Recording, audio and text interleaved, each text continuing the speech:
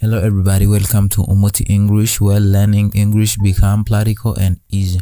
Ero murahawe ikaze ku Umuti English, aho kwiga icyongereza biba vyoroshe kandi bifasha abantu benshi kumenya icyongereza. Rero no musi tukaba tugiye kuraba the main important phrases, amungane nyamukuru y'icyongereza arimwo amajambo yogufasha kuvuga no gutahura icyongereza mu gihe cyose wifuza kwiga. Let's see some examples. Maybe you are going to understand it even better. 1. You have to know that. You have to know that. Rero uvuze ati you have to know that, uvuze ati ugomba kubimenya. Hello bro, you have to know that. You have to know that. Ugomba kubimenya. You have to know that. Ugomba kubimenya. 2. You have to believe that. You have to believe that. You have to believe that. You have to believe that. Ugomba kuvyizera. 3. You have to understand that. You have to understand that. You have to understand that. Rero uvuze ati you have to understand that, ububwiye ati to understand ni gutahura. Uvuze ati you have to understand that, ububwiye umuntu ati ugomba kubitahura. 4. You have to accept that. You have to accept that. You have to accept that. Ugomba kuvyakira. To accept ni kwakira ikintu canke situation. You have to accept that. Ugomba kuvyakira. 5. You have to say that. You have to say that. You have to say that. Uvuze ati ugomba kubivuga. You have to say that. Ugomba kubivuga. 6. You have to check that. You have to check that. You have to check that.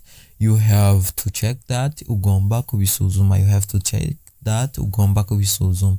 7. You have to confirm that. You have to confirm that. You have to confirm that.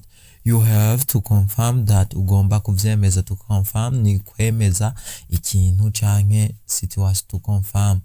You have to confirm that. Ugomba kuvyemeza. 8. You have to expect that. You have to expect that. You have to expect that. You have to expect that. You have to expect that. Ugomba kuvyitega. You have to accept that. Uvuze ati ugomba kuvyitega. 9. You have to learn that. You have to learn that. Rero mvuze ati nawe shira kugira nabo mbone ko washoboye gutahura iri ryungane. Shira rero aya mungane, shira aka karorero muri comment section, turaza kugukosora. Nko mvuze ati you have to learn that, mba mvuze gute. You have to learn that, mba mvuze gute. Mvuze ati you have to learn that, mba mvuze gute. Bishire muri comment section, turaza kugukosora kugira turabe ko washoboye gutahura aya mungane, ko nawe irindi ryungane ryo rimeze nk'iryo utoshobora kugitirana. Mvuze ati you have to learn that, mvuze gute. Hariho utundi ayandi mungane yo gufasha, especially kuri barya abantu baba cleaners, barya abantu bakora amasuku. Aya namwe mu mungane yoshobora kugufasha. Hariho abayasaba bari mu bihugu bitandukanye, bari USA, maybe ahantu hose bakora cleaning. Reka rero tushobore kuraba uburorero burimwo amajambo ari yerekeranye na cleaning. 1. Clean the room.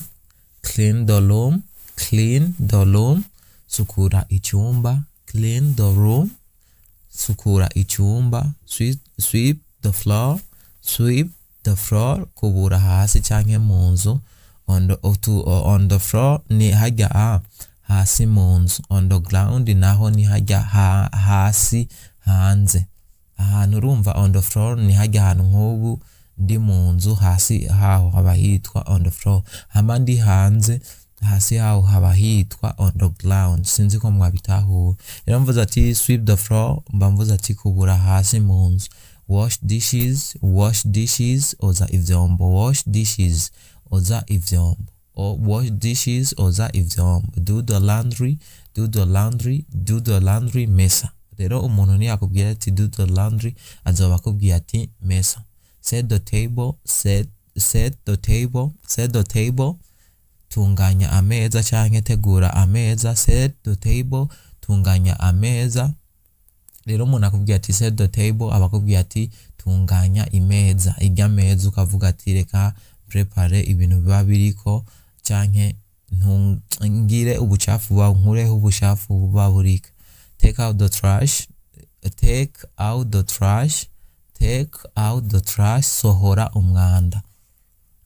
The trash aba ari nk'umwanda canke umwavu. Buvuze ati rero take out the trash, uvuze ati sohora umwanda canke umwavu. 7. Water the plants, water the plants, water the plants, uvuze ati rero water the plants, uvuze ati vomera ibitegwa.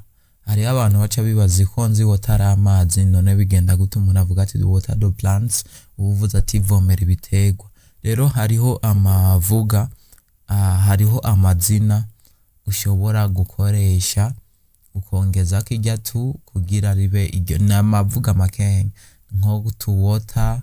Urumva water n'amazi, uvuze ati to water bari kuvomera. Who ni isuka, uvuze ati to who kurima. Sinzi ko mwabitahuye. Rero uvuze ati the water the plants, uvuze ati vomera ibitego. 8. Feed my children, feed my children, feed my children, uvuze ati feed my children, uvuze ati gaburira abana. Feed my children, uvuze ati gaburira abana banje. Feed my children, uvuze ati gaburira abana banje. Hama mvuze ati go to school, mba mvuze gute? Nk'ubu ndakubwiye ati go to school, mvuze gute? Gashishira muri comment section wandike ubusobanuro. Mvuze ati go to school ico bisobanuye, bishire muri comment, turaza kugukosora tubonye wagize ikosa kandi ubukosowe ntasubira kwibagira. Mvuze ati go to school, mba mvuze gute? Naho muri utu turorero, muri aya mungane tugiye kuraba ahantu muri aya mungane usanga haba harimwo so much aba ari ibintu byinshi cyane bidaharurika. Ni itandukaniro ya so much na so many, nuko so many biba biharurika, so much ari ibintu bidaharurika. Ushobora kuvuga ati ubufu, ububabare, ibintu nyene bidaharurika. Let's see some examples, maybe we can understand it well. Uvuze ati I have so much pain, I have so much pain, uvuze ati mfise ububabare bwinshi cyane. I have so much pain, mfise ububabare bwinshi cyane. So I love you so much darling, I love you so much darling, ndagukunda cyane mukundwa. I love so much darling, ndagukunda cyane mukundwa. I love so much darling, ndagukunda cyane mukundwa. 3. You have grown so much, you have grown so much. Ubwiye ati umuntu you have grown so much, umubwiye warakuze cyane. You have grown so much, you have grown so much, warakuze cyane. You have grown so much, uvuze ati warakuze cyane. 4. It means so much to me, it means so much to me, bisobanuye byinshi kuri jewe. It means so much to me, it means so much to me, bisobanuye byinshi kuri jewe. It means so much to me, bisobanuye byinshi kuri jewe. 5. She helped me so much, she helped me so much, she helped me so much, she helped me so much, she helped me so much, yaramfashije cyane. She helped me so much, yaramfashije cyane. She helped me so much, yaramfashije cyane. Umubwiye ati rero umuntu uri kurabwira uwundi muntu kungene yagufashije, w'umukobwa uvuga ati she helped me so much, ari umuhungu uvuga ati he helped me so much, yaramfashije cyane. She helped me so much, yaramfashije cyane. 6. We have so much love in our family, we have so much love in our family, we have so much love in our family, dufise urukundo rwinshi mu muryango wacu. We have so much love in our family, we have so much love in our family, dufise urukundo rwinshi mu muryango wacu, mu muryango wacu. We have so much love in our family, dufise urukundo rwinshi mu muryango iwacu. 7. There is so much traffic right now, there is so much traffic right now, there is so much traffic right now, there is so much traffic right now, there is so much traffic right now. Hari idugana ry'imiduga ryinshi cyane ubu. Traffic abari kujya kone ni embouteillage. There is so much traffic right now, hari idugana ry'imiduga ryinshi cyane ubu. 8. I have heard so much about you. I have heard so much about you. I have heard so much about you. I have heard so much about you. I have heard so much about you. Nakumvise ko vyinshi byerekeye wewe. Nakumvise ko vyinshi. I have heard so much about you. Nakumvise ko vyinshi. I have heard so much about you. Nakumvise ko vyinshi byerekeye wewe. Uvuze ati naho 9. Thank you so much. Ubuvuze gute? Uvuze ati thank you so much. Ubuvuze gute? Thank you so much. Ubuvuze gute?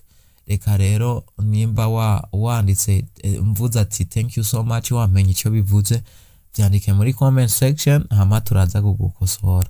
Thank you for watching. I'll be back with more lessons. Don't go away. See you.